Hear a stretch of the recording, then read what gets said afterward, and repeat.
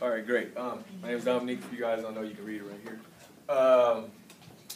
I use gesture lines, like as far as to integrate the concept of spring with the little chick jumping up and down.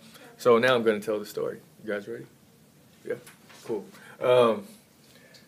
Basically, all right, this is what's going on. He says he has a question mark above it, and I have gesture lines on that as well because he's so he's wired and kind of like he had too many energy drinks. And then his friend says, "What do you want to do?" And he said he's jumping around continuously. He said, "I'm down to do anything, whatever. I just want to do whatever." And then his friend says, "Let's play a game." And he's you can still continue on this one. He's saying, "I'm so full of sugar," like he's hyper. And then he said, "Wow, you really can you can jump or whatever." And then since he said, "Let's play a game," we go over here, and he's actually thinking of a game outside, but I brought him into a room where he's actually on the gaming system, which is integrated with my major as well. So he's like, "Oh yeah," like he's ready to play the game, and then he didn't like it. So he's like, "What? I thought we were gonna play, a regular game." And then he said he's leaving. Basically, he's bouncing because he's been bouncing the whole time. So that's integrated with the story. And he said this is more fun. Basically, the moral of the story is he just would rather jump around and burn his energy than to sit down and play a video game. Okay, so my name's Bree. And basically all I did was use gesture lines and some pure shapes. And the story of this is, of course, it's a teddy bear. He's on a pogo stick.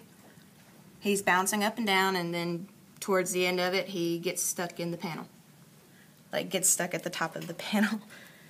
I thought it was amusing.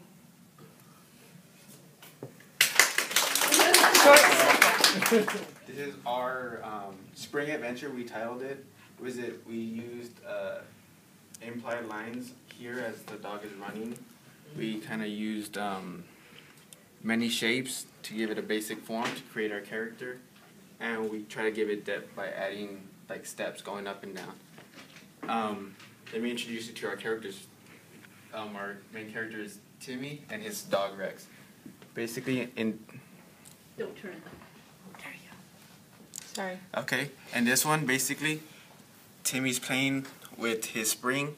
He realizes he drops it down the stairs. Now Rex is waiting for his opportunity to steal it. He's got it now. Now he's running.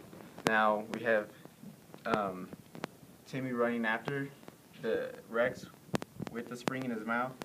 Now he's gotten tired, so now he's sitting on the floor crying. His dog realizes it, comes back to him, gives it back to him in his hand. Now they're best friends again. Your spring theme, everybody knows.